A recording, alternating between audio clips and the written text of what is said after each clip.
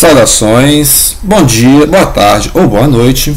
Vamos falar hoje da lista dos 10 livros. 10 livros fundamentais para o poeta, contista, baiano, mineiro baiano, Almir Zafergue, que é autor do Água Preta e do recente 1966. Então vamos falar da escolha dos 10 livros do Almir Zafergue, grande poeta, que mandou essa lista para nós aqui depois de muito esforço e insistência. Ele mandou aqui a listinha. Vamos não li todos os livros, né? Mas comentarei e colocarei na minha lista de leitura, claro, né? Então vamos começar com um clássico brasileiro, que é o Memórias Póstumas de Brás Cubas, que todo mundo já leu, imagino que todo mundo já leu.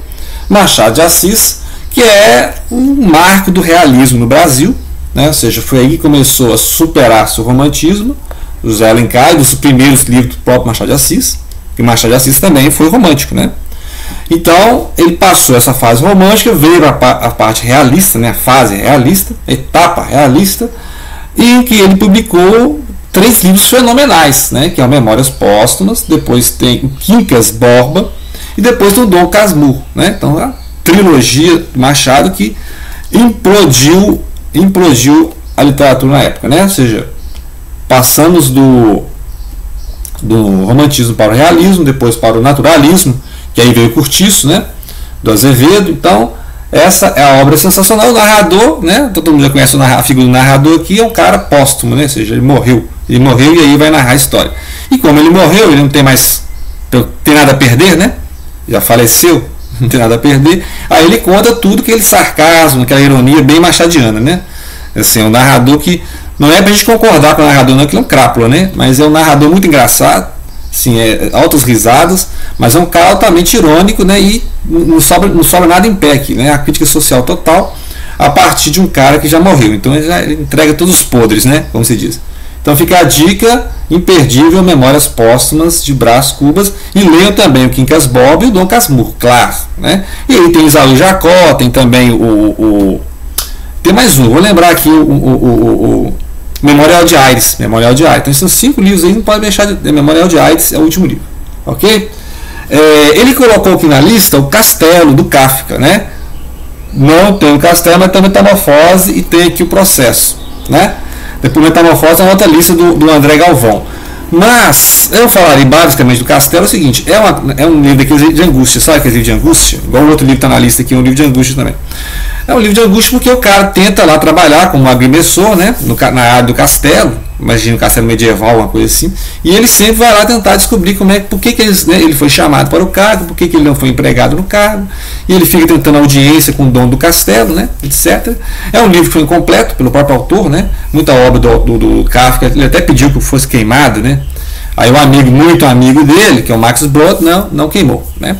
Então essa é a história do Kafka. O Castelo é um romance inconcluso e a narrativa é muito confusa. Eu nunca li o livro todo, né? Assim, é um livro que é igual a Crônica da Casa Assassinada, que é um livro que eu não terminei de ler e acho que nunca terminarei de ler, né?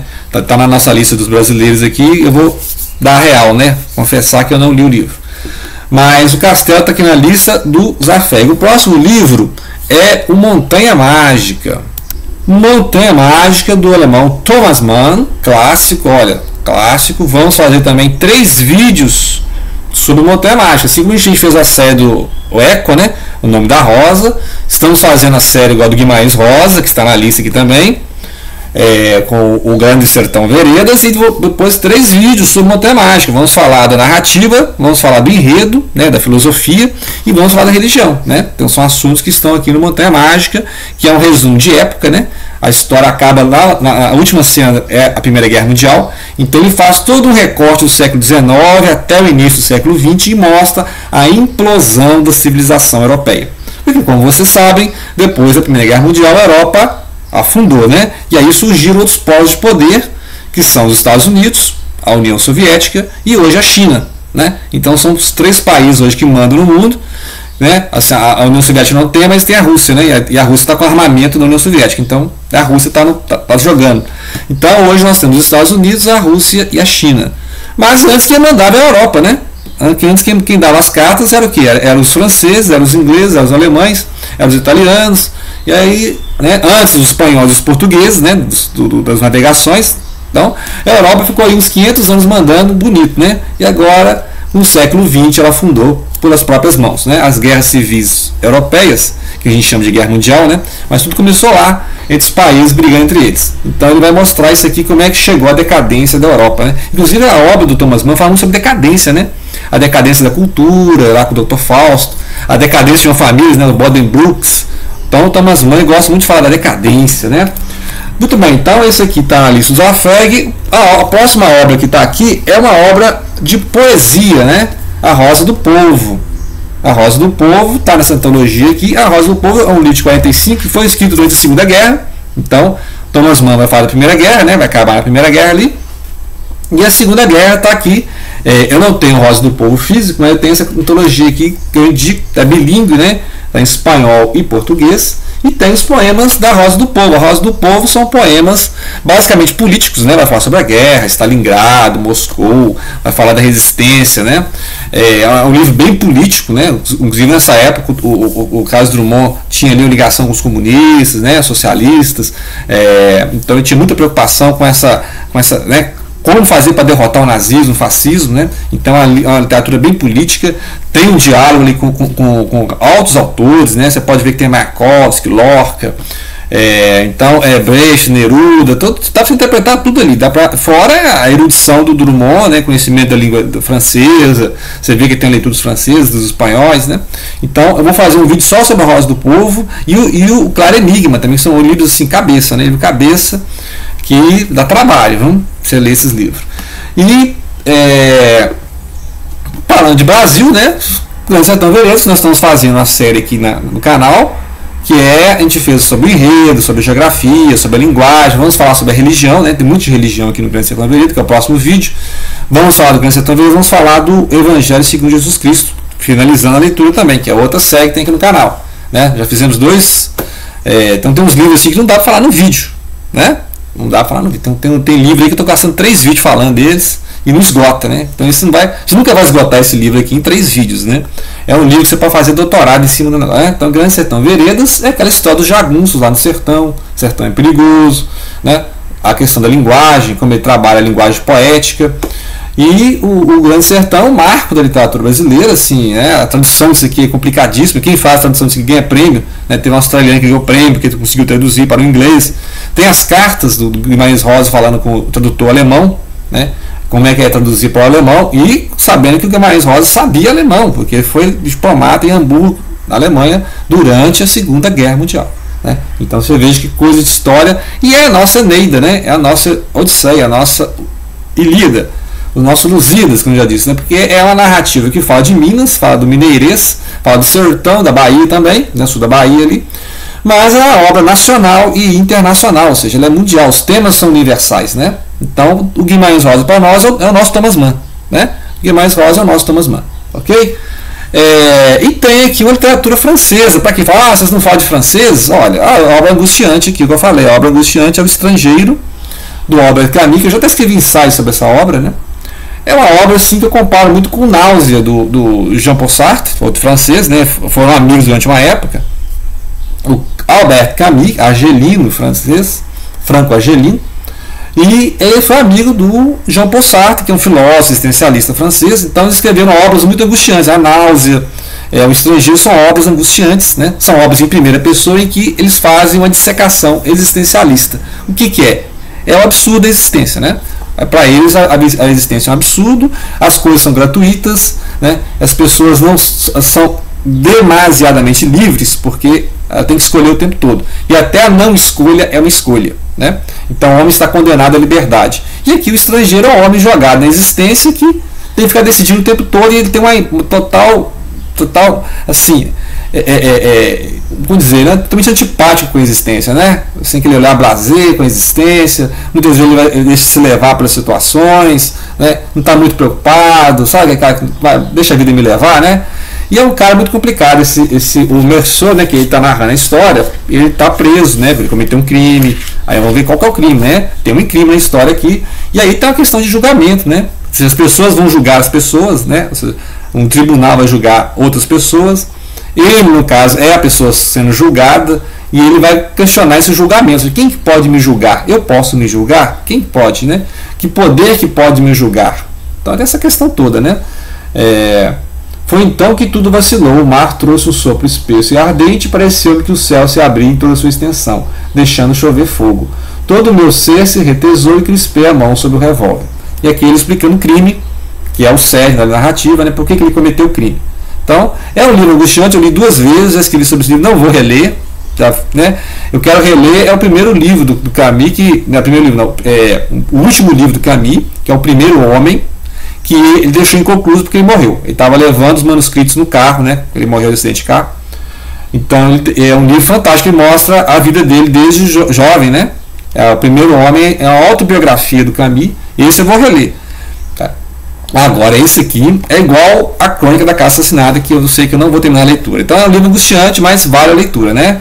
Vale a leitura, é tipo o Lobo da Steppe também, é um livro angustiante, né? Muito angustiante. Um livro que ele colocou aqui é o romance A Hora dos Ruminantes, do J. Veiga, José J. Veiga. Vou dar uma outra sugestão, que é Sombras dos Reis Barbudos. A Hora do Ruminante eu não li, então vai para minha lista. O J. Veiga que é cara, né, do Fantástico, né? J. Veiga é o cara do Fantástico, ele de Goiás, né, morreu no Rio de Janeiro. E ele é uma linha meio surrealista, assim, meio realismo fantástico, né? Geralmente uma coisa acontece numa cidade pequena que muda tudo, né? Tipo o incidente Antares lá do Érico Veríssimo, né? Acontece um fato e tudo muda, né?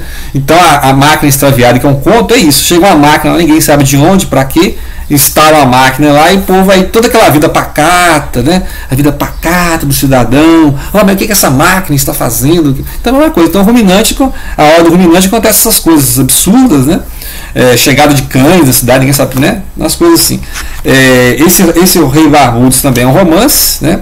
Também vou indicar um romance. Sempre essas histórias assim, de coisas absurdas. Depois eu posso fazer uma série. Eu já tenho um livro de contos aqui dele. Podemos depois fazer uma série só do J. Veiga, né?